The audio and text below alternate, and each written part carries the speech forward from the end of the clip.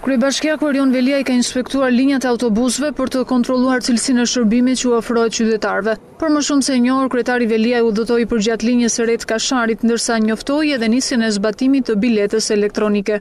Do të kemi përmirësime për sa I përket biletës elektronike këtë vit, por unë them se si fillim shtimi I kësaj linje të re, heqja e disa linjave rurale, të cilat kishin autobus më të këqij, shërbim më skandaloz, edhe çmim më të lartë bilete, sot kanë një bilet që është 20% më ulët dhe sigurisht edhe një shërbim shumë herë më dinjitos.